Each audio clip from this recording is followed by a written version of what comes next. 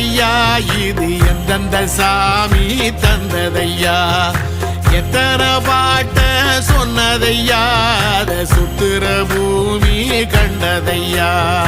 அடிச்சு வீசும் காத்துலையும் அந்த தகப்பனாச